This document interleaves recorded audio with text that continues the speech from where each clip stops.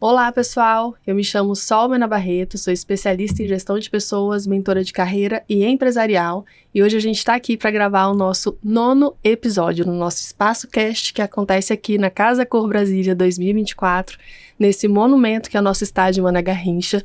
Tema de hoje, design sensorial. Estou aqui com 3 convidadas ilustríssimas que eu tenho a honra de receber, Tatiana Murta, Tamara Visioli e Aline Jobim, 3 especialistas em neuroarquitetura. Sejam bem-vindas. Obrigada. Obrigada pelo convite. Imagina, a gente que agradece aqui receber vocês. Me fala um pouquinho, gente, o que significa essa questão aí. Tati, vamos começar por você. O que significa design sensorial? O design sensorial, acho que a gente tem que começar a pensar, para falar sobre ele, a gente precisa pensar o seguinte: a gente percebe o mundo ao nosso redor através dos sentidos. Então, se uma cor está estimulando a gente no ambiente, se um som está trazendo um estímulo para o nosso cérebro, a gente precisa criar um espaço interno através de um olhar atento a esses estímulos também. É uma abordagem, né, Tati, que faz uso dos sentidos, né, para a gente poder elaborar projetos de interiores, né? E, aliás, a gente conhece muito os 5 sentidos, mas eles tem existem muito mais, né? é. Tem a percepção, é outro, né? O equilíbrio é outro que você também tem. Então, a gente tem mais de 10. Então, a gente tem que conectar no ambiente através mesmo disso. Vai passar pelo seu sistema nervoso central e ali ele vai passar pela toda essa churcutaria que a gente tem dentro do nosso cérebro e ali aí ele vai mandar esses estímulos e a gente vai ter uma resposta comportamental ao ambiente. Isso se aplica, então, às emoções. Isso mesmo. Ao que a gente sente, às vezes a gente nem consegue explicar quando a gente entra. Eu lembro que quando era muito nova, eu tive meu primeiro contato com a arquitetura e eu entrei dentro de uma casa incrível, projetada, trabalhando isso, esse design sensorial, e aí eu lembro que eu tive várias emoções ao mesmo tempo. E aí eu brincando com a minha amiga que era arquiteta, eu falei assim, eu não vou fingir costume. O que eu tô sentindo aqui? Como que é isso? Me explica. E ela foi falando, né, o pensamento dela dentro do projeto e como o design sensorial desperta isso, né? Isso. E aí, até pra arrancar de mim o que eu senti foi difícil, porque era uma mistura de emoções.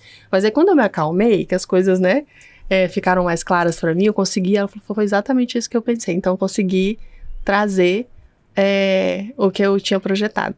Tu sabe, Sol, que é muito interessante isso que tu tá falando, porque quando a gente anda aqui pela Casa Cor, a gente fez várias visitas aqui guiadas, a Tamara também, né?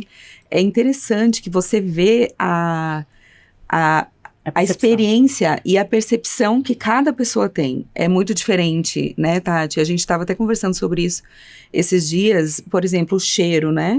As pessoas têm percepções diferentes e têm experiências diferentes em relação a isso, em relação a todos os outros sentidos. Sim. Isso é muito particular de cada um, né? Então, a gente vê aqui na Casa Cor, são vários ambientes, são várias possibilidades, são várias propostas diferentes, né? Um ambiente é mais escurinho, o outro é mais iluminado, o outro tá usando uma paleta de cores mais clara, o outro tem um perfume um pouco mais apurado, o outro tem um perfume mais cítrico, outro trabalha muito com texturas, e a gente vê assim, o feedback das pessoas ali na hora.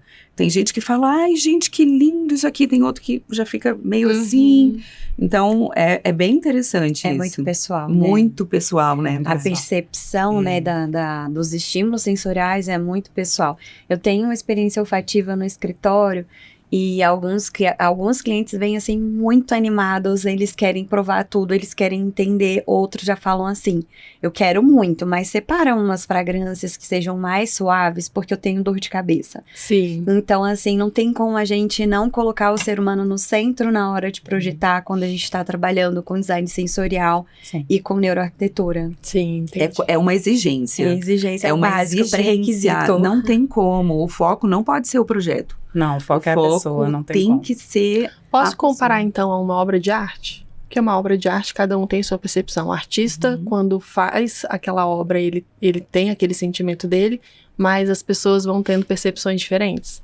E quando você fala isso, eu acho bem interessante, porque eu falo que cada pessoa é uma obra de arte, né? Do Criador. Eu falo muito na parte do holístico, né? Porque nós somos corpo, alma e espírito. Sim. Então, quando você está lidando com um design sensorial, é justamente isso, é colocar a pessoa no centro, e você é uma obra de arte. Então, você vai ter as suas percepções, né? O ser humano vai ter. Então, eu que tenho um filho dentro do aspecto do autismo, ele vai ter uma percepção totalmente diferente das outras pessoas, né? Do ambiente. Então, a gente consegue, através do design, fazer com que aquela pessoa tenha um comportamento dentro daquele ambiente. Então, você vai ter várias ferramentas para poder entrar dentro daquela pessoa, do que ela acha, do que ela pensa, do que ela viveu. Que nem a gente estava falando, né? Que nem a Aline falou. Para um é azul, tá tudo bem. Mas se a pessoa teve algum trauma, alguma coisa com aquela cor. Sim. Então a gente tem que pensar tudo isso. Por isso que na hora que a gente vai projetar, o questionário é muito importante, o neurobrief é importante, mas principalmente a escutativa. Porque se você não conseguir escutar o outro, você não vai conseguir pegar essa percepção para trazer para o ambiente. E olha que curioso, eu tive uma cliente que foi a primeira cliente que eu apliquei, assim, de fato, a minha metodologia de design sensorial com eles. E a gente tava conversando e trouxe um tom de cinza, assim. A gente pensou em começar com isso aqui, daí ela já assustou, assim, e falou assim, ai, gente, essa cor não. Aí depois, ela não falou na hora, depois o marido dela me mandou um áudio explicando que aquela cor lembrava o uniforme do pai dela, que havia falecido, então aquilo causava uma saudade, mas num sentimento não gostoso, de ruim. Então ele pediu, vamos pro tom de bege. Aí a gente foi e alterou tudo. E olha como é importante a gente também trazer e tentar perceber de forma presencial como a pessoa experiencia cada material, cada cor, cada forma. Porque você consegue trazer uma satisfação maior no final no projeto. E também no final ele comentou assim... eu percorro a minha casa e eu consigo perceber as escolhas que a gente fez ao longo do processo. É sobre isso. É muito legal. E aí é muito satisfatório a gente conseguir perceber que a pessoa se reconhece ali, ela se conecta com o espaço. Então gera o design sensorial, ele gera um pertencimento muito maior em relação ao espaço que você está vivendo. Por conta desse olhar atento e dessa personalização. Eu acho, inclusive, né, Tati, que se você não tem essa abordagem do design sensorial, você acaba projetando em cima do seu conhecimento. Ponto. E aí você não abraça todas essas possibilidades que o design sensorial traz. E você também não consegue ter o resultado que o design sensorial proporciona para o cliente, né? Você está falando que, eu consigo, o seu cliente falou, eu consigo andar por aqui e ver todas as escolhas que eu ajudei. Se a gente tem essa abordagem, você coloca o cliente no centro, como a gente já falou, mas você coloca ele também como co-participante do projeto. É o co-criador, né? Eu falo sobre isso. Até onde os profissionais atualmente estão dispostos a isso, porque eu acho que também tem uma questão de identidade de projeto, até aqui eu vou, é isso daqui que eu gosto de projetar, mas é a partir do momento que você coloca o cliente como centro, você abre possibilidades de você fazer um projeto que às vezes não tem a ver com a sua identidade. Como que isso funciona na cabeça de vocês? Eita! É polêmico. Bom, essa é boa. Começa por você, Aline, né? O que você acha? Vai, eu não sei. Assim, eu não sei. Eu acho que eu e a Tati já conversamos em alguns momentos sobre isso, mas eu não lembro exatamente qual a tua opinião, vou passar a minha. Eu acho assim, né? Cada profissional tem a sua linha projetual. A gente tem a nossa linha projetual. Sim. Mas eu admiro o profissional que consegue andar por vários estilos, né? Consegue atender vários tipos de cliente. Eu acho que tem algum momento da vida profissional da gente que a gente não vai poder atender um cliente porque ele quer alguma coisa que realmente está fora do nosso... não falo... é do nosso nicho, digamos assim, né? Faz parte também um pouco da profissão de vocês educar o olhar do cliente, porque nem todo também. o cliente não está, né? Ele não está preparado. Essa questão de trazer repertório é muito importante também, né? Muitas vezes o cliente está limitado ao que ele vê, sei lá, no Instagram. Aí no Instagram é tudo um copia e cola. Então, quando você tenta trazer uma curadoria nova, isso pode expandir o olhar e ele aprender a olhar para coisas diferentes. Mas eu concordo com a Aline, assim, para mim, a gente é sempre uma interpretação nossa a respeito do que o cliente nos trouxe de informação. A questão é, se o cliente quer colocar cor na casa dele e você não gosta, é o meu caso, eu não sou tão fã de cor. Eu vou pôr ou não vou? Para mim, eu vou pôr. Vou pôr porque existe técnica para você trabalhar com cor, com textura. Sim. Então, você vai lá, trabalha, faz aquilo ficar harmonioso e pronto. O cliente está feliz, ele se reconhece ali naquele espaço, é ele que vai morar lá, não sou eu. Sim. Então, assim, eu acho que quando você coloca o ser humano no centro, né, fica um pouco difícil você trazer tanto uma assinatura de projeto. Mas eu ainda consigo ver que é sempre o meu olhar em relação ao que o cliente está trazendo. Eu consigo ver também dessa forma, mas eu tô voltando agora, né, a projetar e fazer tudo isso, porque já tem um tempo morando fora. Mas, assim, vai muito pelo público, né, então... Eu consigo colocar a minha assinatura, mas realmente eu quero colocar ele no centro. Sim. Eu não tenho como, sabe? Vira um propósito também, vira um propósito. Eu acho que é o meu propósito, sabe? É trazer o quê? O que eu preciso antes de tudo? Muitas vezes a gente vai muito pelo belo. Não, eu preciso que seja funcional, porque tem várias técnicas, a gente estuda para isso, então... Quando eu olho, eu falo, não, você é o centro, mas deixa eu te guiar.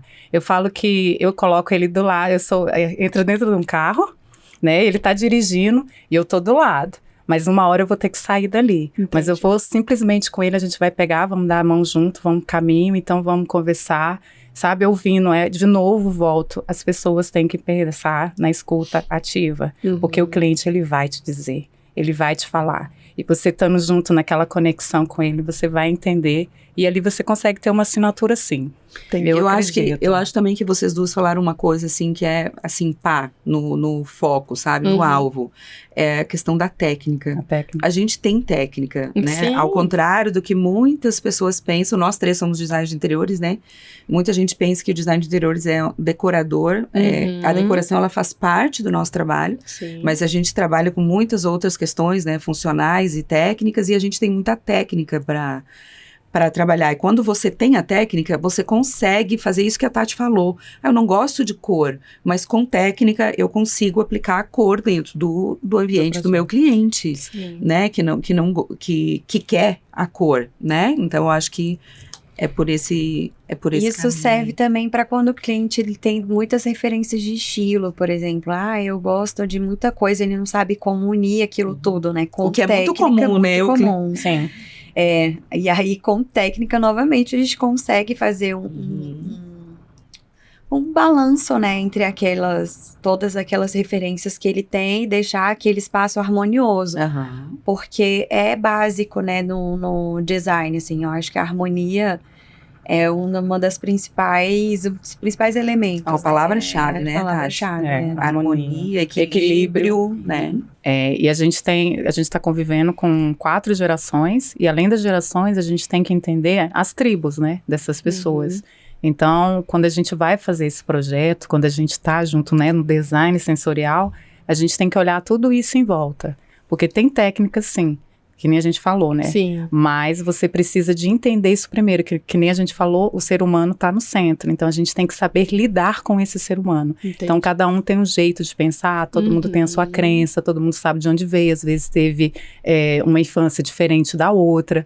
Então, na hora de projetar, isso é bastante desafiador pra gente, né, do design de interiores. Tem a questão da cultura também. Tem a questão da cultura. Sim, essa coisa do regionalismo também influencia, né? Sim, vai influenciar os materiais que você vai usar, né? Aí a gente vai entrar nessa outra parte, né, do toque, né, dos sentidos. Vamos falar disso. A gente falou muito de cor, mas como que a gente pode aplicar isso com outros materiais? Vamos exemplificar um pouquinho, tá?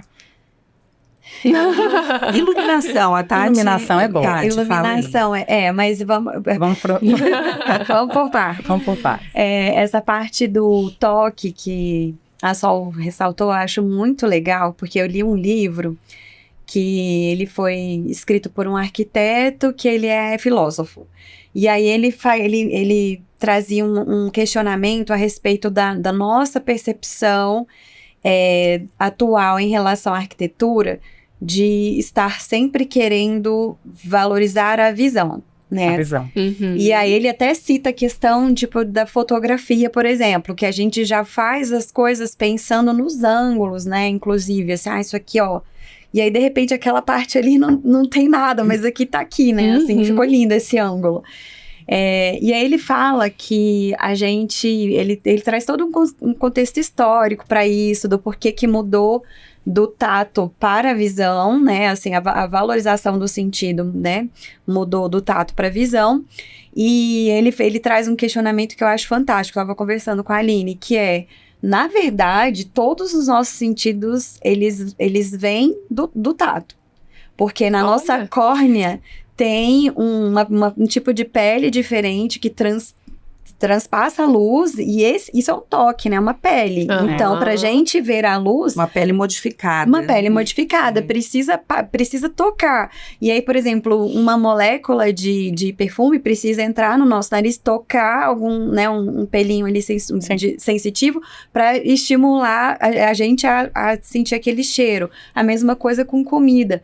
Então, ele fala que, na verdade, a gente tem que projetar pensando no tato. E aí, o tato não é tato só tocar em coisas, mas em cheirar, em perceber, em ouvir. Inclusive, a córnea, por exemplo, a córnea não, o tímpano é outra questão, né? Que ele vai ter que, o som vai ter que atravessar, tocar, e você vai perceber. Então, não existe ambiente neutro, né? Não. Ou ele te prejudica ou ele te beneficia. Então, de que forma todos esses sentidos estão tocando o nosso corpo para estimular a gente e gerar que tipo de sensação, que tipo de emoção, que tipo de comportamento, como a Tamara porque uma falou. pessoa cega é totalmente diferente. Uma pessoa que sofreu algum acidente, que não tem um membro. Sim. Então, assim, tipo, a gente, na hora da visão que ela fala, né? O nosso lobo occipital, ele fica atrás, né? Ele fica mais ou menos aqui. Olha. Então, a gente não enxerga, não é aqui. A gente enxerga aqui. Vai entrar luz, precisa de luz para entrar, e ele vai dar um comando. Certo. E a imagem vem de cabeça para baixo, depois ele desvira, ele vai inverter para você poder ver e vai associar com o que aquela coisa está aparecendo que você conhece sobre aquilo, que você vem desde criancinha. Então, quando a gente vem falando dessa coisa de como aplicar tudo isso, volto de novo a dizer... Você vai ter que estar junto com aquela pessoa, você vai ter que ver como que ela sente. Por isso que a gente fala que os nossos olhos são nos olhos, nas mãozinhas, né? Porque a gente pega, a gente vai tocando, a gente tem que sentir, olha como é que tá a almofada. Nossa, eu sou né? assim, Eu sou assim também. Vou passando pela amostra e tá na obra de arte, não toque. A gente passa a mão, né? E é muito bom isso, que eu até falando com as meninas esse dia, a gente na visita... Na hora que você toca, você sente uma coisa. Não tem como, você enxerga melhor. Olha que interessante. Olha esse livro, o Palasmar fala isso. É isso mesmo. Ele fala, a visão revela o que o tato já reconheceu. Ai, gente, olha. Né? E o tato confirma o que você está vendo. Né? Parece que... É conectado, né? Assim, um depende do outro, na verdade, isso, né? Isso. E a gente acha que isso é uma coisa muito assim de criança e tal. Não. Criança que tem mania de mexer em tudo. Sim. Mas olha pra gente. A gente anda aqui na Casa Cor, não basta você ficar olhando. Você vê uma poltrona, você tem que passar a mão, sentir a textura. Tem tem um papel de parede na parede, tu tem que passar a mão. Parece que tu tem que sentir se ele é aveludado, se ele tem textura, se não tem textura. Sim. Né? A gente sentir precisa. A bancada, né? E tem um ambiente aqui que falou muito isso, né? Que a menina é cega, isso. né? Então a gente quando Walter Gente, Suassuna, que é o pelo Olhar amor de de Deus, Isadora. né? Olhar de Isadora. Nossa, Olhar de É uma Isadora. menina que ela aquilo, ficou gente? cega aos 9 anos. E aí você vem com design, né, sensorial. Ali é um design totalmente sensorial, né? Quando a gente entrou, eu fiquei emocionada. Eu fiz a visita junto com a Aline, tava junto. Eu chorei, assim, depois, porque eu falei, gente, é sobre isso. Isso é design de interiores, isso é trazer a nossa profissão para o centro também e mostrar para as pessoas a diferença. E ele teve muito cuidado mesmo. A gente conversou com ele aqui, ele colocou um papel de parede que eram as nuvens, que foi a última visão que ela teve, né? No piso, ele ia passando cada piso, né, para ela entender que ela estava transitando de um ambiente para o outro. Agora sai da cozinha, de novo, né? Agora eu vou para a sala, agora eu tô no quarto. Eu acho que esse ambiente aí também é interessante para a gente entender o quão pouco a gente estimula os nossos sentidos. Sim. Porque quando você chega naquela obra de arte que tem, eu não lembro qual é o autor da obra de arte ali no ambiente dele, que é toda trabalhada com texturas e o artista, ele tentou, através daquela obra de arte, ele tentou contar para o avô dele como foi a sua própria infância. E aí você consegue passar por essa experiência ali, né? Ele tem uma venda para você ir tocando ali. A gente não consegue fazer a leitura daquilo só com o toque. Não consegue, porque a gente não tem esse sentido estimulado. Então, acho interessante a gente ter essa responsabilidade. Eu sempre falo que o design ele tem uma responsabilidade social. E a gente ter essa responsabilidade com o nosso cliente, não só de entender como é que ele sente, mas também de estimular os sentidos para ele, né? De trazer tudo isso, né? Porque o design, ele, quando a gente vai falando, é múltiplo. A gente fala um pouco, né? A gente fala e estuda também sobre um design biofílico, né? A gente tá ali, sustentabilidade. Então, a gente tá englobando tudo dentro do design, né? Então, isso tudo é sensorial, não tem como não ser. A arte de criar um ambiente memorável, ela passa por isso, por todo esse enriquecimento do espaço, né?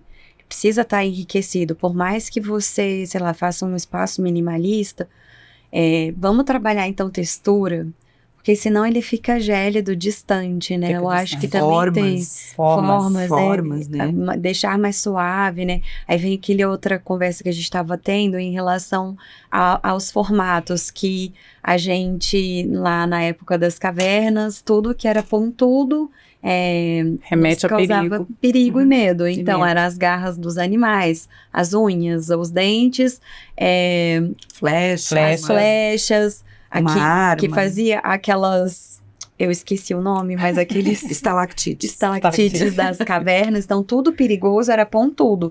E isso gerou na nossa cabeça uma memória de que tudo que é pontudo é perigoso. Então, quando você vê, existem pesquisas já comprovando isso, que a gente tende a preferir objetos mais curvos, arredondados. Porque quando tá lá, o pontudo ativa a amígdala, ativa o medo, ativa a ansiedade. É como se aquilo estivesse remetendo lá milhões de anos atrás. Ou eu luto ou eu fujo, né? Então, por exemplo, num ambiente mais minimalista, talvez trabalhar formas mais curvas para trazer um aconchego. Esse equilíbrio todo tá relacionado à técnica que a gente estava falando, a um olhar de fazer escolhas no projeto conscientes para gerar um resultado, um estímulo sensorial positivo em relação àquele projeto final, né? É legal a gente olhar também, já que você está comentando sobre isso, né? Olhar para a natureza. A natureza, ela nos traz muita segurança, porque é a nossa relação mais primitiva. Né? Então, o que você vê na natureza? É mais difícil você ver essas formas pontiagudas, mas a gente vê. E quando vê, você já sabe que é um perigo. O que a gente vê na natureza? Um equilíbrio. Equilíbrio de formas orgânicas, com as linhas retas, né? Então, a gente tentar trazer isso também para dentro dos espaços, porque a natureza é muito equilibrada, né? Se tratando de cores, de texturas, de materiais, de formatos, de tudo. Então, a gente poder traduzir isso dentro de casa, para que a gente possa ter essa relação que é tão primitiva na gente, né? Que nos traz segurança. E por que vocês escolheram trabalhar com design sensorial? Porque a minha relação com o design sensorial é desde a minha formação. O meu é desde que eu fui mãe. Assim, da formação, assim, entre aspas, porque quando você estuda, você se forma em design de interiores, você aprende todas as técnicas, você aprende a técnica. Não, é muito difícil ter essa abordagem. Eu não tive, eu não sei se as meninas tiveram, mas eu não tive. Então, só que assim, eu logo, um pouquinho antes até de me formar, eu já comecei a me especializar. Entrei numa especialização. E foi na especialização que eu tive o primeiro contato com essa abordagem do design sensorial. Numa disciplina específica, que eu não lembro qual que é, mas quem ministrou para mim foi o Lori. O Lori, grande. E eu fiquei apaixonada. Na hora eu fiquei apaixonada. Tanto que o meu TCC, dessa especialização e da próxima que eu fiz, os dois tiveram essa abordagem. E eu já, na época, não tinha... a gente não tinha especialização nessa área. Então eu comecei a ler. Comecei a buscar livros, buscar literatura, buscar muito conteúdo relacionado a isso. E isso se tornou muito natural para mim, antes mesmo da formação no design sensorial. Mas se tornou muito natural do tanto que eu pesquisei, li e tudo. E sabe uma outra coisa que eu acho interessante? Hoje, eu não sei se eu te falei, mas eu sou professora do curso de design de interiores lá do UDF. E eu trago no curso essa abordagem para os alunos. Eu acho muito importante, acho essencial. Na verdade, não tem como dissociar, né? Não tem como. Design não tem. Sensorial. É sensorial. Ele é puro sensorial, né? É puro sensorial. Não tem, realmente. Pra mim foi diferente. Eu só tive contato na prática mesmo. A prática ali, em 2019, eu comecei a fazer um monte de projeto, tava num boom da minha carreira. E aí eu olhei aqueles projetos lindos e já tinha um briefing bem aprofundado de entender rotina, de entender como uma pessoa funciona, como ela vê a casa, que cor ela gosta, tudo bem. Mas eu vi aquele projeto pronto, lindo e funcional, eu falava, não é possível que é só isso. Eu ficava questionando, eu preciso entender do comportamento, eu queria entender, eu queria ir além, porque eu achava que aquilo estava superficial. Eu sou muito profunda em tudo que eu faço, então eu nunca me contento com não, isso aqui tá ótimo. Eu sempre quero ir além. Aí eu falei, olha, eu acho que eu vou pesquisar design holístico. Aí fui lá, pesquisei, fiz um workshop, daí falei, não, acho que é muito zen pra mim. Aí eu falei, vou pesquisar mais, nananana. Aí eu cheguei num livro que tinha uma abordagem holística, mas com essa percepção sensorial. E aí eu comecei a jogar, né, design sensorial. Aí cheguei na NeuroArc Academy. E aí eu fui fazer um workshop das meninas, me apaixonei e falei para elas, aí eu falei, gente, meu olho voltou a brilhar na minha profissão. Porque agora eu consigo entender de fato que realmente o que influencia o comportamento das pessoas, né? E como que eu consigo ir além nos projetos, ter um olhar mais atento, mais profundo, como ter uma escuta mais ativa, né? Aí foi desse jeito que eu cheguei no design sensorial para mim. Foi assim que funciona. E com você, Tamara? Comigo não posso chorar, eu sou do meu choro. Que pode. Do meu choro. Bom, começou porque, que nem eu falei já, eu tenho um filho dentro do aspecto do autismo. O Miguel hoje está com 14 anos. E agora acabei de descobrir que meu marido também é dentro do aspecto do autismo. Uma pessoa, assim, super inteligente, né? Um diplomata, né? Então, você nunca imagina isso. Sim. Só que, quando o Miguel nasceu, eu falei, gente, como é que eu vou lidar com esse ser, né? Então, assim, eu já estava na profissão, me formei fora, me formei lá em Dubai. E depois que eu vim, que tive que fazer de novo aqui. Mas nessa profissão ali, eu vi que tinha algo mais. Eu falei, como é que eu vou entender o comportamento desse menino que chora, que uma hora ele chora com o barulho, outra hora eu não consigo escutar esse barulho que ele está escutando. E aquilo me deixava agoniada. Angustiada, porque para mim não estava fazendo barulho. Na hora de tocar aniversário, né, tem parabéns para você, que ele batia a palminha, todo mundo batendo palma, ele entrava em desespero. Então eu falei, meu Deus, o que é isso, né? Aí foi descobrindo, foi indo, aí eu falei, calma aí, como é que eu vou começar a projetar isso? Porque se já tá doendo em mim, imagine em outras pessoas também. Aí, dali, eu mudei, acabei mudando, aí fiz um curso fui pra neuroarquitetura e fui pra neurociência, né? Aí falei, vou atrás, né? Vou estudar. Então fiz uma pós em neurociência, e foi ali que eu comecei a descobrir como que era. por causa realmente deles, sabe? Porque eu não estava sabendo como lidar com os comportamentos. Eu falei, deve ter uma forma de resolver isso aqui através da arquitetura e do design.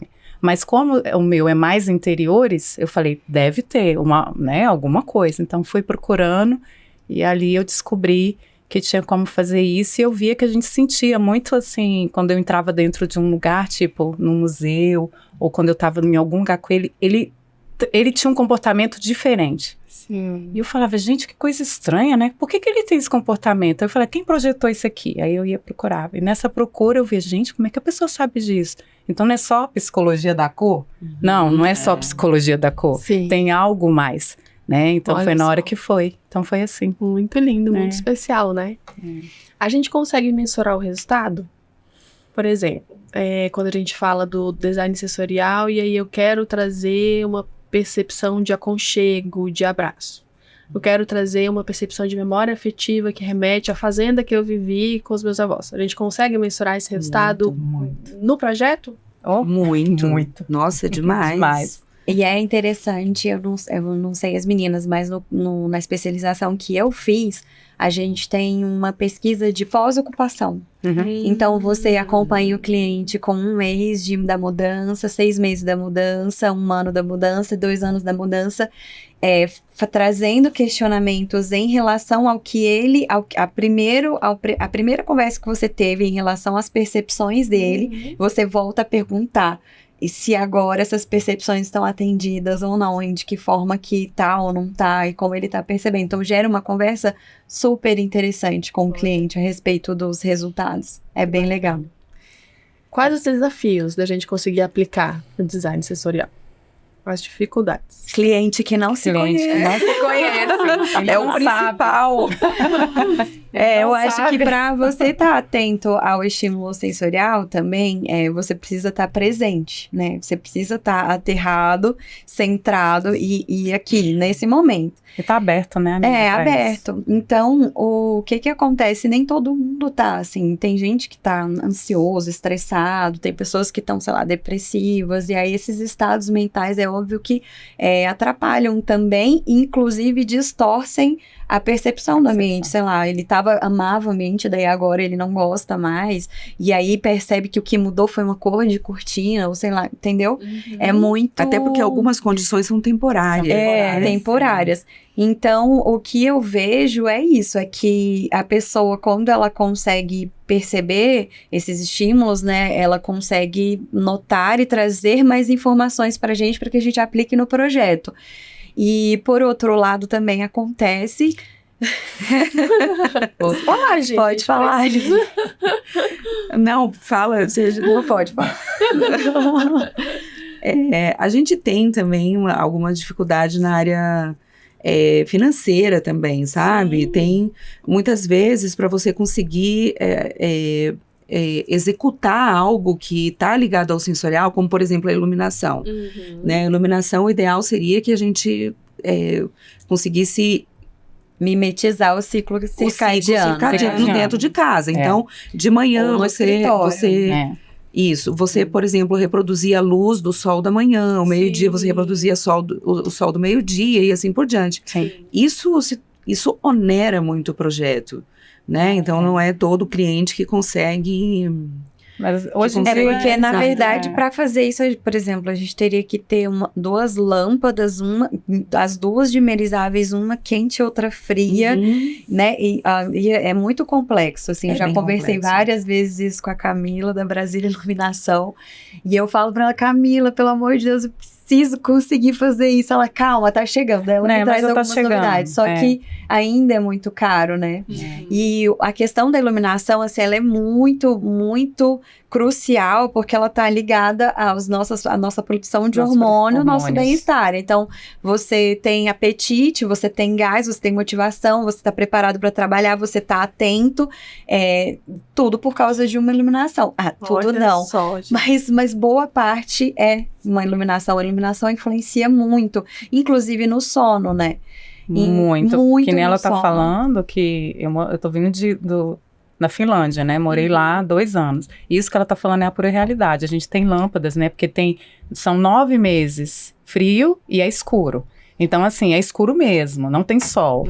Então, depois a gente tem um tempo de verão que não escurece, né? Então, dá 2 horas da manhã, tá o sol, que nem a gente tá vendo aqui. Sim. Então, a iluminação é muito importante. Então, tinha dia que eu via que o Miguel ou o Carlos estava mais cansado. Eu falava, sabe por quê? Porque tá na hora de dormir, então tem essa luz. Aí foi na hora que eu fui atrás de comprar a luz certa, sabe? Para poder ter esse descanso para reproduzir todos os nossos hormônios, né? Que são GABA. Não é, todo mundo fica, melatonina. Não, você já produz isso, tá? Então a gente tem esses horários mesmo do ciclo circadiano e influencia também no nosso ciclo menstrual para as mulheres. Então isso é muito importante da gente ir além. Então quando você vê do design sensorial, ele vai além. Né? A gente tem que cuidar também da pessoa. É saúde, é o bem-estar. É sono. É sono. Sabe hormônio é vida. Hormônio é vida, demais, gente. Demais. Sabe uma outra dificuldade que tá me vindo aqui na mente agora, já que vocês estão falando aqui de às vezes o cliente não se conhece e questão de lugar diferente, às vezes você tem pessoas muito diferentes numa mesma família, com origens diferentes, com raízes diferentes, com gostos e percepções muito diferentes. Isso acaba sendo uma dificuldade também em projeto sensorial, porque você precisa conhecer todas essas pessoas, entender como é que elas percebem o ambiente, são pessoas diferentes. E você tem que ter cuidado com todas elas, né, em específico. Como que acontece? Vocês dividem o projeto em partes? Ah, tem uma adolescente, eu foco no projeto do quarto dela. Que é muita sensibilidade de perceber, isso aqui, essa pessoa quer muito. Ela valoriza isso muito. Do mesmo jeito, sei lá, que a gente faz esse balanço num orçamento, vamos investir naquela parte que para ela é muito importante, do mesmo jeito é isso. Você pega o que você entende a pessoa, né? Você começa a ficar muito sensível e perceber o que realmente importa. Ah, não, para ele é muito importante isso aqui no quarto dele. Então, a esposa não quer, mas ele quer muito. Então, a gente agrada ela em outro lugar. Você tem que ir um lembrando os pratinhos, assim, eu tive um cliente, foi bem interessante, né? É a percepção da criança, né? Que é a geração alfa, né? Que são os toquinhos de gente que estão chegando. Então, quando eu fui fazer, eu achei bem interessante que, né, o marido bem mais velho, ela mais nova, tá? E tinha a mãe. A mãe ia morar junto, né? Então, quando foi na hora da criança, eu falei, hoje a reunião é com ele. Aí eu peguei o Lego, botei tudo e falei, hoje nós vamos trabalhar aqui no seu layout. Menina, você não tem noção. Ele achando a pessoa mais importante da face da Terra, ele falou, eu tenho uma design que trabalha comigo, entendeu? E eu vou fazer o meu quarto. Então a gente fez tudo aquilo. História. Não, porque ele vai você acabou de falar uma coisa. Eu tive um caso, gente, assim, muito Isso que ela falou, Aline, foi interessante. Memória. A gente quer criar com design sensorial memória. Daquela pessoa tá ali e ela criar aquela memória ali e depois ela falar assim, você lembra? Você lembra disso? Porque a gente também, né, vive nessa parte da nossa vida que é a memória, porque é a única coisa que você vai levar, né? Sim. As suas memórias. E o pertencimento, né? Porque, por exemplo, você falou assim, como é que faz essa questão de adolescente? Adolescente, olha... Ele tá assim, naquela fase, não quer dizer que ele gosta daquilo pra sempre, né? E outra, você tem que pensar que um adolescente, o quarto dele é o mini mundo dele. Sim. Então, você tem que atender ele ali. Mas aí, nos ambientes sociais, né, onde a convivência de todos, a gente tem que ter esse equilíbrio aí dos pratinhos para poder atender a todos e não... só, né? Isso, não negar ninguém, né? Isso. Aí eu tava lembrando agora que você falou do seu cliente, teve um caso lá, há muitos anos que eu fiz o projeto de uma família e tinha uma menininha, a menininha era criancinha, assim, e eu fiz a mesma coisa com ela. E aí eu fui numa festa junina e eu me encontrei com a família na festa junina, a menina, ela me pegou pela mão e ela saiu me apresentando para a família toda que estava lá. Essa aqui é a minha designer, essa aqui é a minha designer, essa aqui é a minha designer.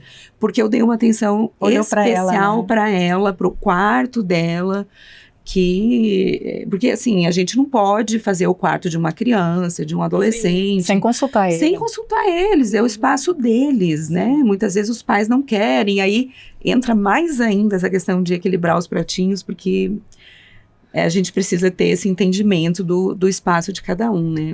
E essa sensação de pertencimento que a Tati falou antes. Essa questão do pertencimento da memória eu acho interessante também citar, que é importante a gente estimular os sentidos de uma forma completa, igual a gente estava falando, não é só a visão, né? Tem que ter o tato, tem que ter o olfato.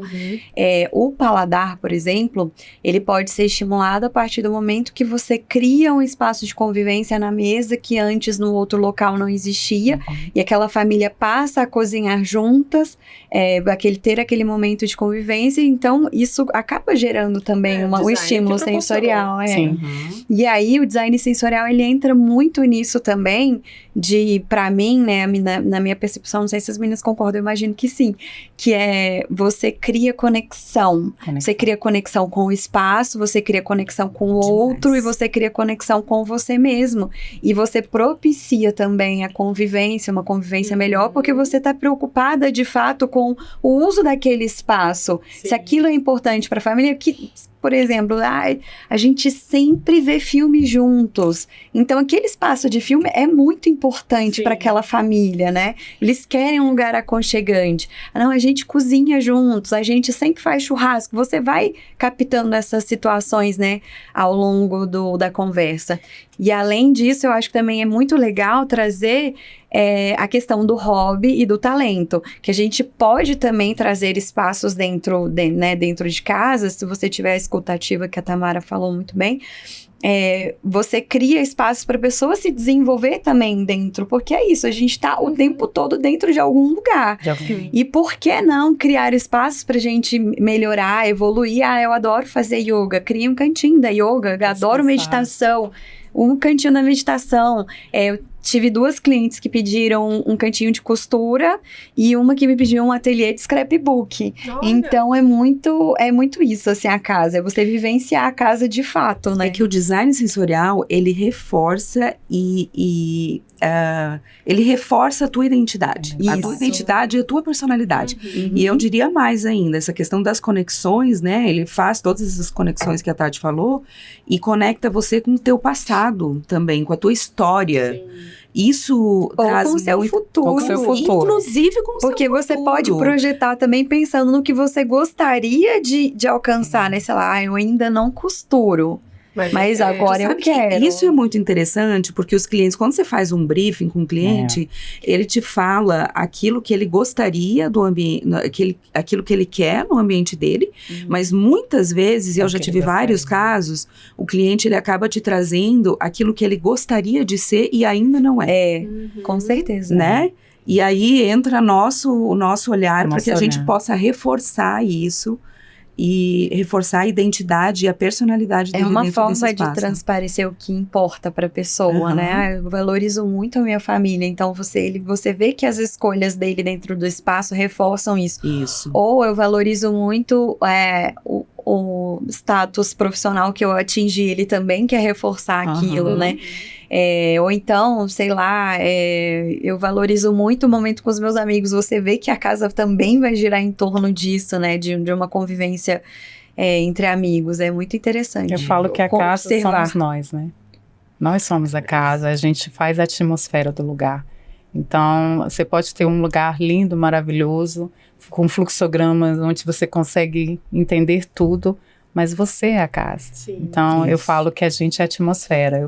E principalmente nós estamos aqui em 4 mulheres, nós fazemos a atmosfera da nossa casa. Porque na hora que, dependendo se você chega, né, do jeito que você tá ali, você deixa todo mundo ou animado, você deixa todo mundo mais assim. Com certeza. Então, e o ambiente vai fazer também vai acompanhar isso, né? Vamos lá, a Tati citou a questão quando a pessoa não se conhece, quando o cliente não se conhece, fica naquela dúvida. Existe uma fórmula de vocês fazerem o cliente se conhecer? Aí por que eu pergunto isso? Quando eu trabalhava com moda, que eu trabalhava com consultoria de imagem, e às vezes a cliente, né, nessa pesquisa, a cliente não tinha uma autoestima tão consolidada ali, ela não entendia muito por que ela queria mudar a imagem dela. Às vezes a gente levava a pessoa para fazer uma aula de dança, uma aula de arte, uma terapia mesmo ocupacional, até ela conseguir falar, colocar para fora o que ela estava sentindo. Dentro desse design, existe isso ou é mesmo conversando? Como que funciona? Para vocês conseguirem arrancar o que ele quer, né? Que ele quer e não sabe. Isso. Eu uso muito essa parte, a gente vai entrar que a gente falando do visual, mas eu uso muito essa parte visual. É a hora que a gente pega no visual mesmo, né? Aí, isso aqui te agrada? Porque às vezes o cliente, para ele existe assim, o belo, né? Tipo, é feio ou não é feio? Eu gosto, eu não gosto. Aí a gente tem as técnicas, a gente sabe, mas ali ele já vai dando pista para você. Entendi. Né? Então, eu sempre vou mostrando, olha isso aqui. Porque às vezes você mostra um ambiente, ele fala assim, não gostei. Você fala, não, eu quero que você me aponte o que você não gostou do quê. Exatamente. Porque às vezes, minha irmã, foi essa cor aqui que ele não gostou. Não é o ambiente, é a cor. E até do que gostou, né? Até do que gostou. Eles vêm com referências de imagens e tal, e quando você olha, você pensa que ele gostou de alguma coisa, e na verdade foi aquele negocinho assim, um detalhe, né? Então, assim... É perguntar. Eu acho que é um pouco de sensibilidade nossa também, né? E eu acredito também que um briefing muito bem estruturado, muito bem feito, consegue dar várias... método. Consegue dar várias pistas pra gente disso que o cliente não consegue externar. Eu faço algumas dinâmicas também, que eu tento extravasar a questão do design. Então, eu passeio por imagens, texturas, sei lá, de praia, montanha, coisas aleatórias, até de roupa. Eu vou dando uma mostrada quando eu vejo que ele tá muito perdido, pra gente ir construindo juntos um painel de referência. E aí você começa a conseguir. Aí palavras também. Teve um cliente que me falou assim, que ele queria um projeto dele, falou, eu não quero dar informação nenhuma. Eu já surtei, mas ele falou assim, que ele tinha acabado de separar, e aí faz muito sentido. Ele queria que a sala dele virasse um pub, Harley Davidson, Jack Daniels e Nova York. Então, gente, nossa, isso aí pra mim já resolveu. Já resolveu tudo. Ele sabia tudo, na verdade, que ele queria, né? Mas o que eu quero trazer é que às vezes não é assim uma coisa tão direta relacionada à arquitetura. Pode ser uma palavra. E aí a gente vai entendendo uma sensação. E aí, como que você quer se sentir ao entrar aqui? O que você gostaria de lembrar? Tem que ver sinestésico, né? Como que é que ele funciona. Porque tem isso, né? Tem gente que tem a parte do sinestésico. E outra coisa que é legal também é o Instagram. Sim. Você dá uma olhada do Instagram dele, porque ali o Instagram ele mostra muito o que ele já mostra muita coisa. Os hobbies dele, a gente já consegue ver muita coisa. A gente consegue pegar. Entendi. O cliente, ele já entende o que é o design, ou ele ainda associa muito só a decoração? Eu acho sofá que o cliente, bonito e um adorno. Na minha opinião, o cliente não entende. Não entende. A gente tem que educar o nosso cliente nesse sentido. Ele não entende. Normalmente ele pensa que é só decoração. Inclusive já teve cliente que chegou pra mim quando descobriu que eu era designer e falou assim, não, eu preciso mesmo de um arquiteto. Eu falei, vem cá, me explica aqui por que você precisa de um arquiteto. E aí ele falando, eu expliquei, não. O design de interiores, o designer faz isso e aquilo, esse aqui é o nosso trabalho, essa aqui é a nossa função.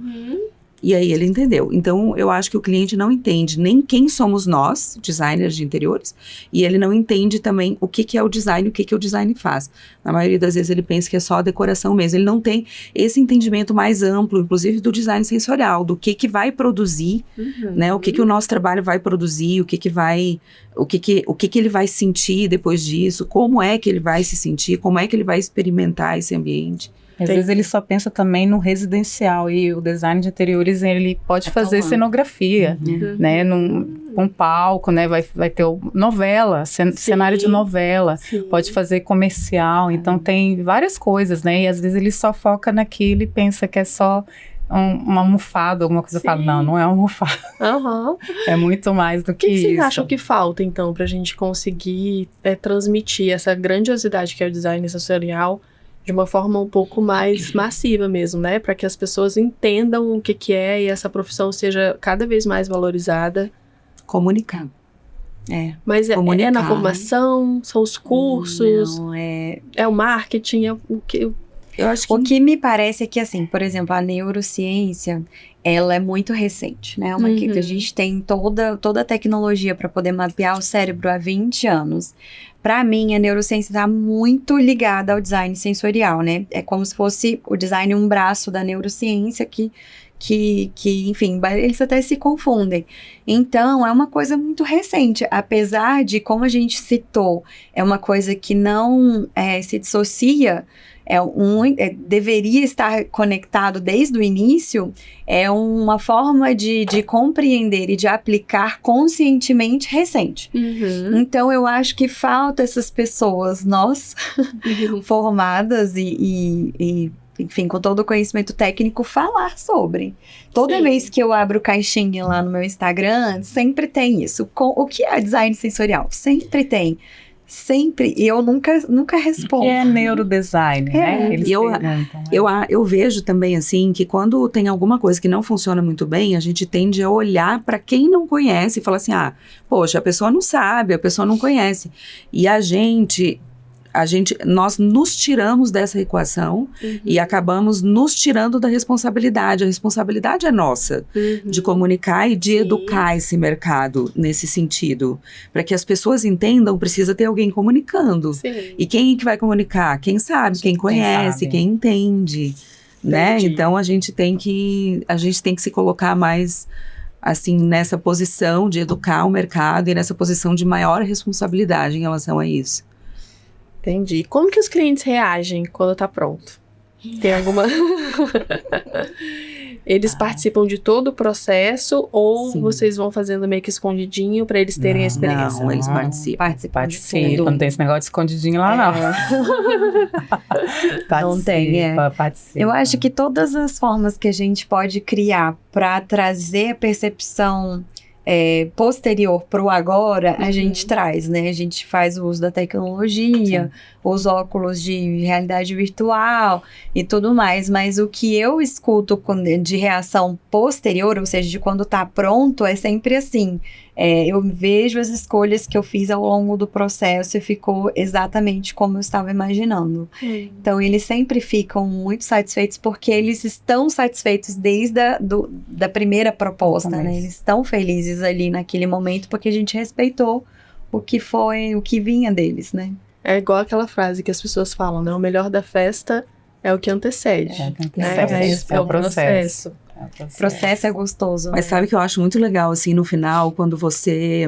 Porque eu acho que mesmo que a gente consiga explicar para o cliente tudo o que é o design sensorial, né? E já falar para ele como é que funcionam as etapas e tudo, ainda assim, ele não tem o pleno entendimento da experiência que ele vai ter no final. Então, uma das coisas mais legais é quando a gente ouve aquele uau. Uau, né?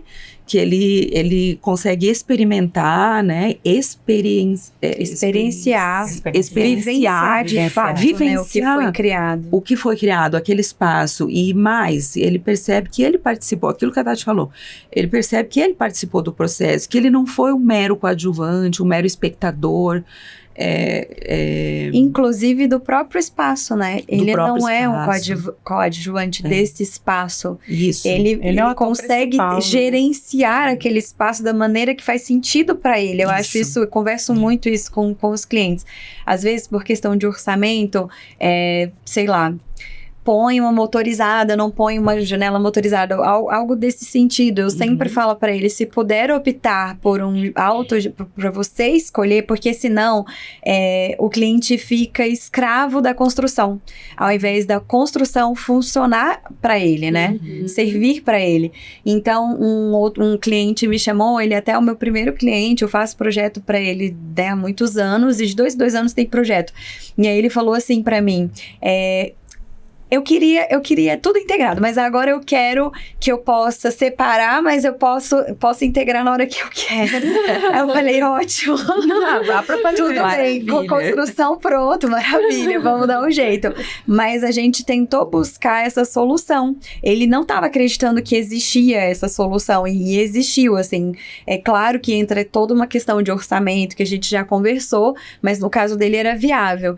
E aí ele tá super satisfeito, porque ele falou, eu não estou servindo a estrutura é que serve para mim no momento que eu acho adequado. Esse acho que é isso aí que é o foco. O foco, assim, é muito importante. Esse gerenciar, você poder gerenciar as suas escolhas dentro do projeto, ou seja, as coisas não estarem engessadas, é muito importante. E essa relação sua, da pessoa, né, com a arquitetura e com o design, tem que ser essa aí. Aquilo ali tá ali para mim, me servir, não para necessário, usufruir, né? Para que eu possa desfrutar É. do espaço. Eu acho que a última vez que eu ouvi, né, assim, foi o cliente chegar para mim e falar assim, como você conseguiu tirar tudo isso de dentro de mim? Uhum. Aí eu falei assim, é porque sempre esteve aí, eu simplesmente só mostrei o caminho. Maravilhoso. Né? E eu vi isso, realmente você olhar e falar assim, poxa, tô cumprindo o meu propósito, é isso aqui mesmo, vambora. Porque tem muitos desafios, né? Você acabou de dizer o que eu tava pensando. Tudo se resume, na verdade, a conhecer de gente, né? Conhecer de pessoas, a você se doar para aquela pessoa. Especialista em pessoas. Você trata a psicologia, é a ciência, é o design, tudo ali muito misturado. E moda, acaba tudo. que vocês têm que estudar, assim, de uma forma, né, gigantesca. Estudar o próximo, Não tem como você fazer projeto sem estudar pessoas. Não tem como. Por isso que, assim, na minha opinião, a gente deveria ter uma disciplina. Inclusive, tem um dos artigos que eu fiz que foi em cima disso. Que eu falo que o curso de design de interiores e até da arquitetura deveria ter uma disciplina na área de psicologia ambiental. A gente tem que ter psicologia, tinha que ter sobre venda, sobre precificar, sobre como gerir a sua equipe, que as pessoas não sabem. Não é só teoria, tem que ter prática, abrir o escritório, não sabe nem como lidar com uma geração Z, por exemplo, que tá aqui, né, nos dando infinitos desafios. E tem muita disciplina que tem que ser, mas aí a faculdade vai para 10. 10 anos. Mas aí não tem problema, eu acho que é o que a Aline falou. Você tá lidando com gente, a gente pega essa xícara aqui, eu coloquei ela aqui, ela vai ficar. Mas e a pessoa? Você tá lidando com pessoas. Se você não entende de pessoa, você não entende nem de você. Como que você vai... O que você gosta? O que eu quero? Você não sabe quem é você. Então, eu acho que você primeiro tem que ver quem sou eu. Por que eu tô aqui? Qual o propósito, né? A gente tá falando de tudo. É aquela coisa que ela falou, né? É holístico, é tudo. Se você não sabe, não tem como você fazer. Como é que eu vou projetar? Né? Pra gente finalizar, que o nosso tempo tá acabando, a gente conversaria aqui, né, infinitas horas, que é um papo que, nossa, uma delícia. Qual a dica que vocês têm para essas novas gerações, esses profissionais que estão entrando nessa área? O que fica? Ela vou chorar. Tati. Então, eu acho que para quem tá entrando, o principal é tirar o olho de si e colocar o olho no próximo, né? É o ser humano no centro, é a história do ser humano no centro. Aliás, isso me lembrou que eu comecei a estudar ser humano no centro no design de serviço e user experience, né? Que eu amo isso. E aí foi antes do design sensorial, mas que tá muito ligado a tudo que a gente tá falando, né? E é isso, se a gente tem uma escuta ativa, se a gente tá atento, querendo criar algo para o outro, para melhorar a vida do outro, para trazer bem-estar, para melhorar o sono, para melhorar a qualidade das relações da pessoa, para aprimorar, para desenvolver a pessoa, esses espaços vão ser estimulados de forma totalitária em relação aos sentidos e vão propiciar todo esse desenvolvimento, toda essa melhoria. Eu concordo plenamente com a Tati. Eu acho que a empatia é uma palavra-chave pra gente. Você é uma palavra bem assim abrangente, bem ampla, mas realmente você olhar para o outro, né? Sim. Olhar com o olhar do outro. Ouvir e olhar, ter um ouvir e um olhar atento. Sim. E sempre procurar olhar com o olhar do outro. Isso é muito importante, porque a gente vive numa geração hoje, num tempo assim, onde a tecnologia é muito intensa, né? A gente tem muita tecnologia, as pessoas estão muito voltadas para si. Ao mesmo tempo que ela aproxima, de alguma forma, ela distancia, né? Eu acho que essas novas gerações que estão entrando tem que assim como a gente tem muito a aprender com eles, eles também têm muito a aprender com a gente, né? Então, eu acho que a gente tem que se libertar um pouquinho disso e procurar olhar mais para o ser humano, olhar mais para o outro, ter um pouquinho mais de paciência, ter um pouquinho mais de empatia, ouvir mais, esperar, né, que são coisas que são bem difíceis nessa geração, né? Às vezes não é o momento de você fazer tal coisa, aguarda um pouquinho, daqui a pouco vai ser. E as pessoas querem tudo muito para hoje, muito para ontem, não é nem para hoje, às vezes não é nem para ontem, é para ontem.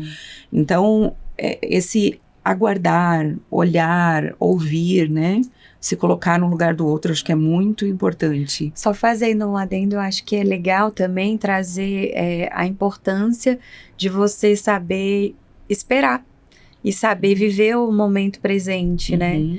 Porque é isso, a gente começa a ter percepção do outro e de nós mesmos a partir do momento que a gente está vivenciando o agora. Olha o tema aí da Casa Cor. O presente, o agora. Exatamente. Então é isso, a gente consegue expandir essa nossa percepção de tudo, da empatia, quando a gente está presente. É muito importante estar presente, a gente vive muito acelerado. Tamara. Capaz de eu chorar, assim.